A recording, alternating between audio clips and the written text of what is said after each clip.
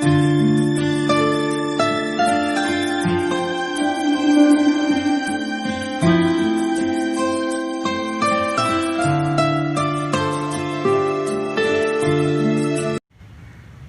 Afternoon बालकों, आज हम कक्षा 6 विषय हिंदी इकाई 7, यह भी एक परीक्षा, इसके लेखक हैं सुरेंद्र अंचल जी। यह भी एक परीक्षा, यह एक एकांकी है, एकांकी। तो हम जानते हैं कि जो एकांकी है, इस एकांकी में एक छोटा सा भाग लिया जाता है। इस एकांकी जो है कहानी लिखना है, एकांकी है, रेखाचित्र है, ऐसे बहुत से जो इकाई के प्रकार होते हैं, उसमें एकांकी की एक छोटी सी झलक या अंचल जी ने हमें बताई है। अंचल जी का मानना है कि जीवन में शिक्षा का बहुत महत्व है। हम भी जानते हैं कि शिक्षा का बहुत महत्व है। मनुष्य के भीतर जो शक्तियां हैं, उनका सही, मनुष्य के भीतर जो शक्तियां हैं वह या उनका सही ढंग से उपयोग करना ही सच्ची शिक्षा मानी जाती है या है सच्ची शिक्षा। परीक्षा में ज्यादा अंक प्राप्त करना इस शिक्षक का मूल उद्देश्य नहीं है। इस एकांकी में यह बताया गया है कि परीक्षा में छात्र अच्छे अंक से प्राप्त करके पास होता है, लेकिन यहाँ इस एकांकी में ऐसा कहा गया है कि परीक्षा में ज्यादा अंक प्राप्त करना यह शिक्षा का मूल उद्देश्य नहीं है, मगर वास्तविक जीवन में शिक्षा का उपयोग कर दिखाना है। मानवता बड़ी मूल्यवान चीज है। यही इस एकांकी का प्रमुख उद्देश्य है, मानवता। बहुत अच्छी बात है इस एकांकी में जो हमारे अंचल जी ने बताया है कि मानवता मनुष्य में नहीं है तो वह मनुष्य के लायक ही नहीं है, ऐसा भाव यहाँ प्रकट किया गया है। सभी मनुष्य के पास मानवता का भाव प्रकट करना या करवाना यह होना चाहिए। मानवता बड़ी मूल्यवान चीज है। यही इस एकांक का मुख्य या प्रमुख उद्देश्य है। तो इस कहानी की शुरुआत करता हूं मैं। सभी छात्र इस एकांक को पढ़े, इस एकांक को पढ़कर दूसरे को सुनाए। यहाँ पहला जो दृश्य है, पहले दृश्य में एक जो लड़का है, ये यानी कि एक बालक कंधे पे थैला है, हाथ में ब्रश है और पॉलिश करने के लिए वह बाजार में आता है। यह बाजार का दृश्य बताया है। एक राहगीर बाजार में आते हैं। एक बालक इस राहगीर को कहता है कि साहब लाओ आपका बूट, मैं पॉलिश कर दूं, चमका दूंगा। तो राहगीर इस बालक को धुतकारता है, चल हट। बालक फिर कहता है कि अच्छा चमका दूंगा, आईने की तरह अपना चित्र बूट में देखकर मुझे 2 रुपए देना, 2 रुपए देना है या लेना है।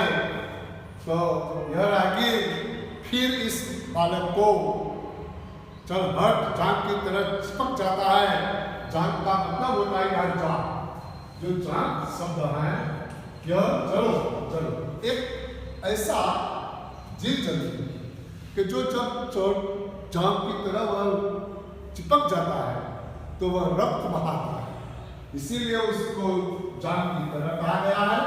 हम देखते हैं आगे तो बालक और राहगीर की बात है। आगे भी एक बालक के और राहगीर के बाद बाजार में एक हावकर, अपनी गुजराती परिभाषा में हावकर का मतलब होता है फिर हावकर आता है और हावकर के पास जो ये अखबार की बात करते हैं, अखबार, तो वह अखबार देखता है, अखबार ले लो ताजा खबर कहता है। उसकी पुकार सब सुनते हैं। हावकर कहता है कि भूकंप में गिरे मकानों को फिर से नया बनवाने का। दूसरी बात यह है कि जो मकान गिरा है तो मकान बनवाने की ताज़ा खबर, और जो छात्र है मतलब लड़कों ने एक डाकू को पकड़े या पकड़ लिया, ऐसी भी ताज़ा खबर अखबार में छपी हुई है। अखबार वाला मतलब हावकर इस तरह पुकारता है, सभी लोग अखबार खरीदते हैं और अखबार खरीदते खरीदते एक बालक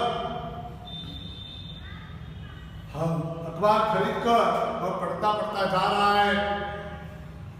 सामने से एक चाय वाला इडली और डोल में कई कप रखे हुए हैं और लेकर आता है। चाय वाला जो बोलता है चाय गरम चाय गरम चाय गरम, वह चाय गरम करके आता है और एक बालक ने जो अखबार खरीदा है वह अखबार देखकर चलता दोनों टकरा जाते हैं, दोनों टकराते हैं। अखबार वाला और जो ये अखबार वाले ने अखबार एक बालक को दिया, बालक अखबार खरीद कर वह पढ़ कर चलता है। रास्ते में चाय वाला और ये बालक दोनों टकरा जाते हैं। चाय वाला बालक से कहता है कि देखता नहीं क्या अंधा है, मेरे कप जो थे तुमने तोड़ डाले। तो बालक कहता है चल हट, तुमने देखा कि यहाँ बालक ये अखबार पढ़ता और चाय वाला चाय लेकर चाय वाला बोलता है कि चाय गरम दोनों के आपस में टकराव।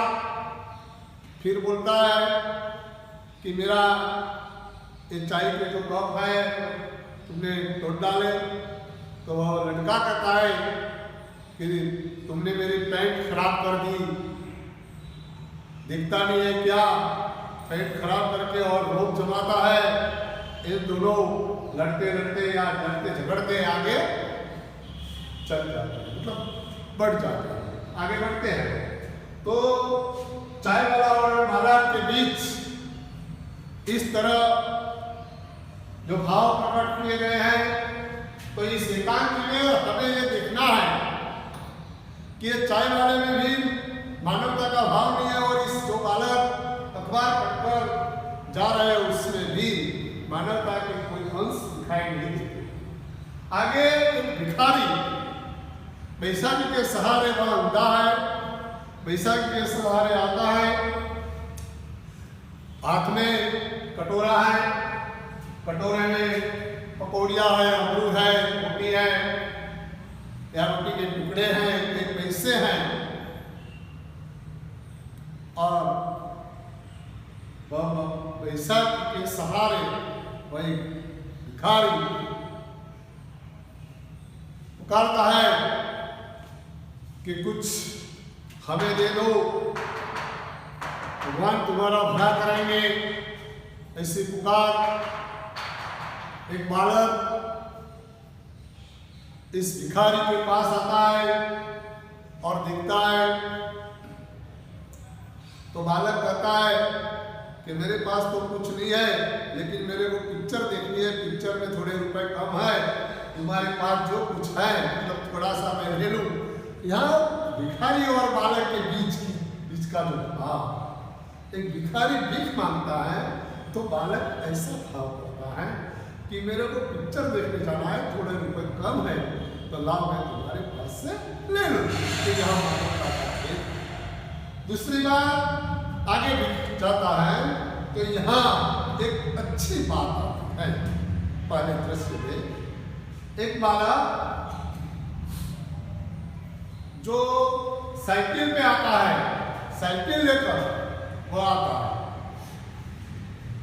साइकिल लेकर आता है तो वह बहुत उतावल में है, वह इस भिखारी से टकरा जाता है, नीचे गिर जाता है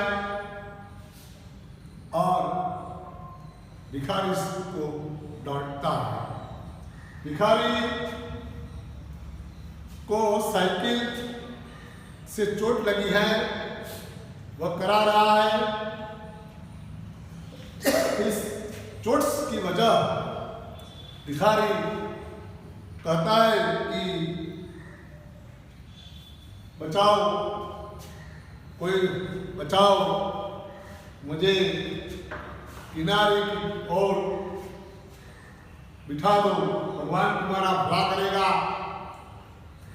जो साइकिल वाला बालक था वह उसके टकराव से वह आगे बढ़ जाता है, आगे बढ़ जाता है। कहता है कि मेरे परीक्षा का पहला दिन है और सुबह सुबह तुम मुझे टकराते हो, क्या काम धंधा है नहीं और तुम रोड पे आ जाते हो। ऐसा बोलकर वह लड़का मतलब साइकिल वाला अपने कपड़े झांक कर वह चला। और इसके बाद साइकिल वाले के पास एक विद्यार्थी आता है। इस एकांकी का जो नायक है, नायक कहा जाता है, इस एकांकी का नायक एक लड़का है, मतलब एक विद्यार्थी है, देवेंद्र। देवेंद्र नाम का एक लड़का, एक विद्यार्थी, इस एकांकी का नायक देवेंद्र है। यहाँ टाइटल है यह भी एक परीक्षा। सही सुरेंद्र अंचल जी ने जो हमें बताया है, सभी छात्र सुने और पढ़े।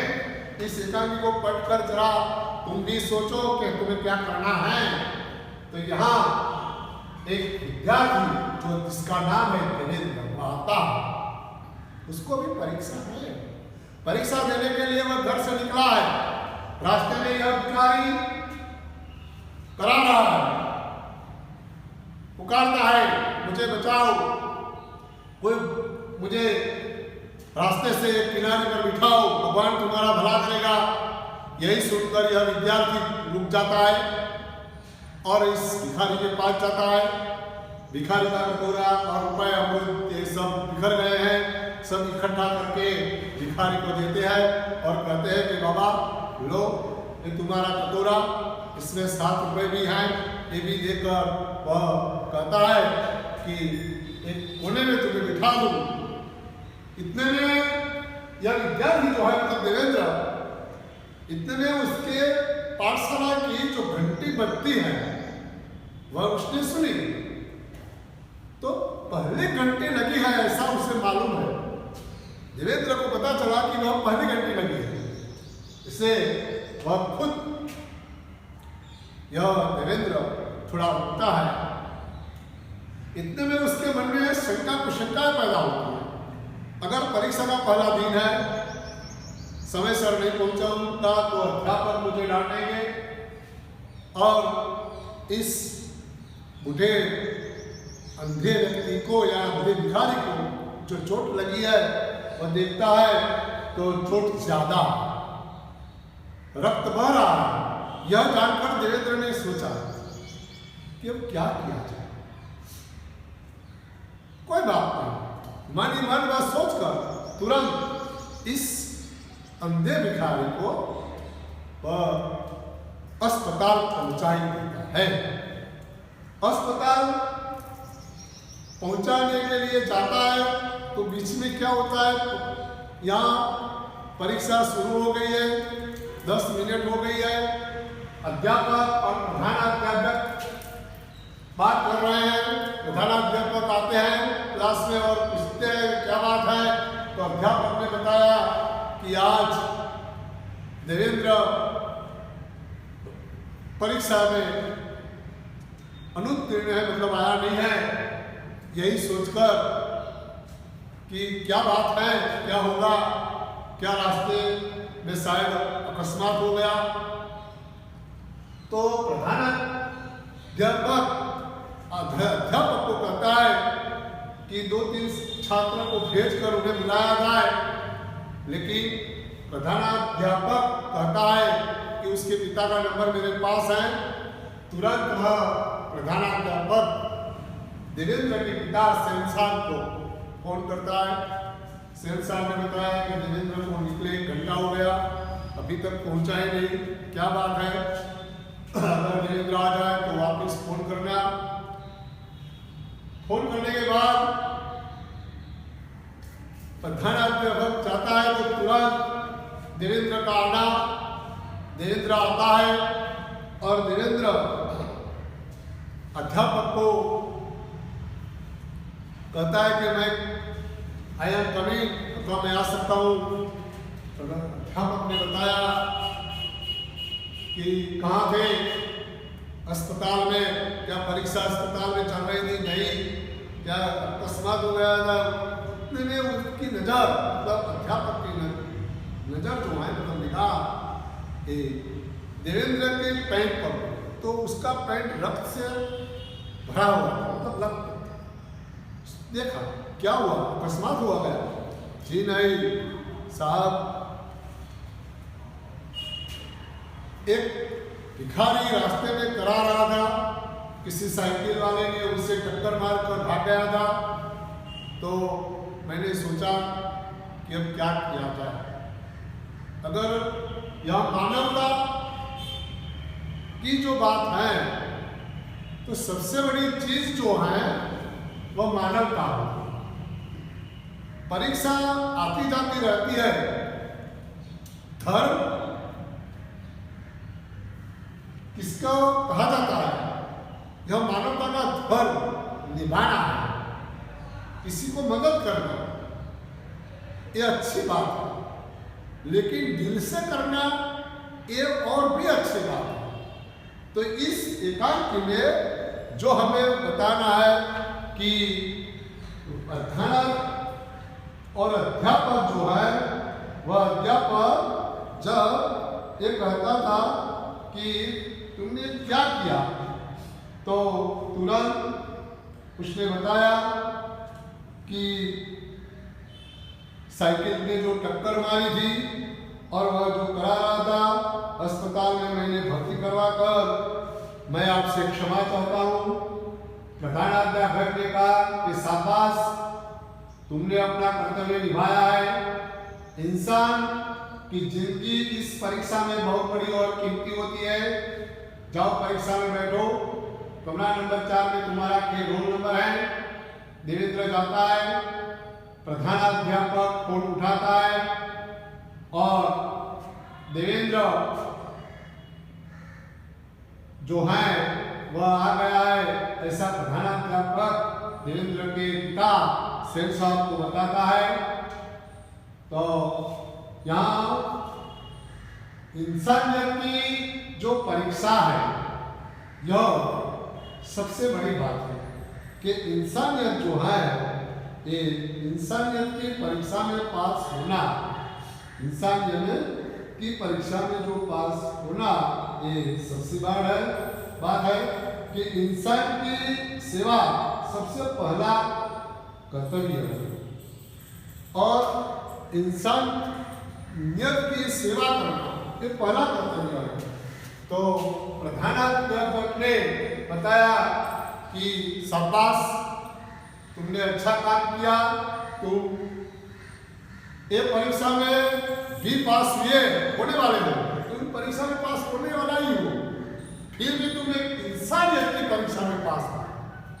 इंसान की सेवा करना भी एक धर्म है। तो सभी छात्र आज से याद रखें कि इस एकांक में पढ़कर सभी छात्र सोचें कि हमें भी अगर ऐसे जीवन में ऐसे कोई इंसान करा रहा हो या उससे हमें मदद करनी हो तो अवश्य हम उसकी मदद करने के हेतु पहुंच जाए। तो इस एकांक का उद्देश्य मानवता है। ये मानवता सभी में होनी चाहिए। ये सभी छात्र यही इस एकांक से सीखें और दूसरों को भी सिखाएं। आज हम सभी छात्रों को बता रहे हैं कि तुम्हारा अभ्यासक्रम दूसरा ये पूर्ण होता है। यह स्वाध्याय और अभ्यास के जो प्रश्न हैं वह लिख कर लाना है। देवेंद्र जैसा होनहार छात्र वह होशियार है, मेधावी छात्र है, पूरे पाठशाला में उसको मेधावी छात्र कहा जाता है और सभी अध्यापक और प्रधानाध्यापक देवेंद्र को ऐसी नजरें जो देखता है जैसे कि यह मानवता का मूल्य और मूल उद्देश्य देवेंद्र ही है, ये बताया गया है। अभी तुम्हें सभी छात्रों को स्वाध्याय और प्रश्न के उत्तर जो लिखना देता हूँ वो लिख कर लाना। तो देखते हैं यह पूरी व्याकरण की परिभाषा है कि लिंग के आधार पर वाक्य सही है या गलत। अगर वाक्य गलत है तो सुधार कर दोबारा लिखें। यह लिंग के आधार पर वाक्य सही या गलत, लिंग पुल्लिंग और स्त्रीलिंग हमें देखना है। मेरे पास एक बड़ी संदूक, मेरे पास एक बड़ी संदूक है, तो यह वाक्य गलत है। क्या है?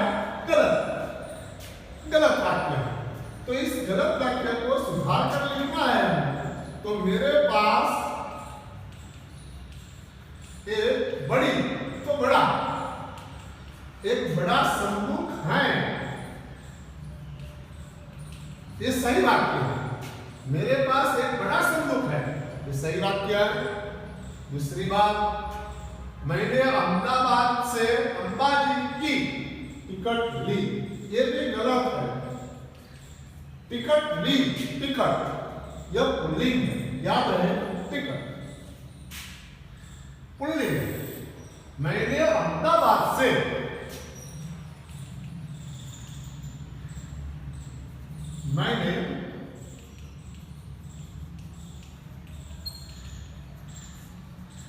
अहमदाबाद से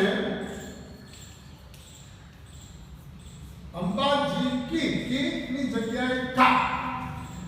मैंने अहमदाबाद से अंबाजी का टिकट लिया, टिकट लिया। मैंने अहमदाबाद से अंबाजी का टिकट लिया, ये ध्यान रहे। टिकट ली, अंबाजी की टिकट ली, टिकट लिया, टिकट पुल्लिंग है। तीसरा, रावण के साथ युद्ध में राम का विजय हुआ। रावण के साथ युद्ध में राम का विजय हुआ, ये गलत है, गलत। क्योंकि यह देखना है कि रावण के साथ युद्ध में राम का विजय, तो यहां लिखेंगे रावण के साथ युद्ध में राम की विजय हुई, विजय हुई, ये सही बात है।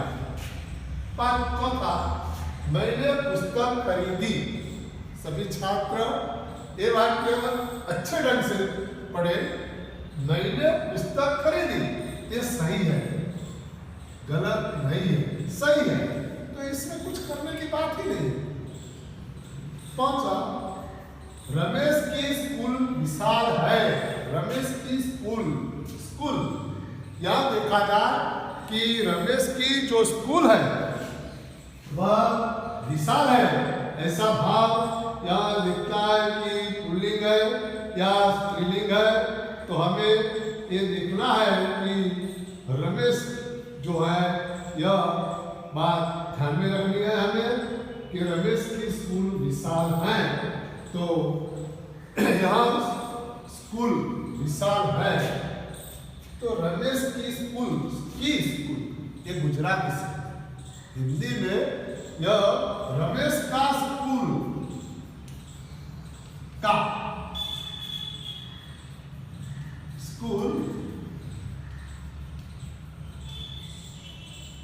विशाल, रमेश का स्कूल विशाल है, तो रमेश की स्कूल नहीं, रमेश का स्कूल विशाल है। पुल्लिंग और स्त्रीलिंग, तो लिंग परिवर्तन में पुल्लिंग, स्त्रीलिंग और नपुंसकलिंग जो हम गुजराती में और संस्कृत में बताते हैं, लेकिन हिंदी में तो पुल्लिंग और स्त्रीलिंग देखते हैं। और यहाँ देखिए दूसरा जो है, वचन परिवर्तन करके वाक्य फिर से वचन, एक वचन बहुवचन, एक वचन और बहुवचन। जहां लड़के मैदान में खेल रहे हैं, ये बहुवचन, वचन परिवर्तन करके वाक्य फिर से लगे, तो लड़के तो लड़का, यहां लड़का मैदान में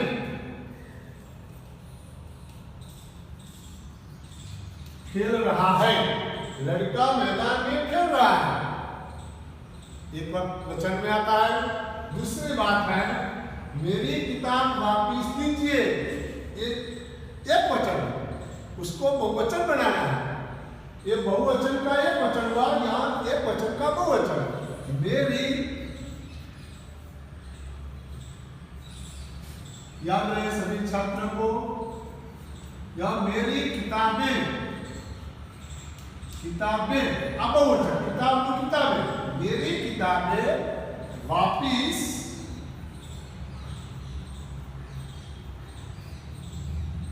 दीजिए, वापिस दीजिए, मेरी किताबें वापिस दीजिए। तो किताब किताबें, याद रहे, लड़के लड़का, बहुवचन में एक वचन, यहाँ एक वचन का बहुवचन होता है।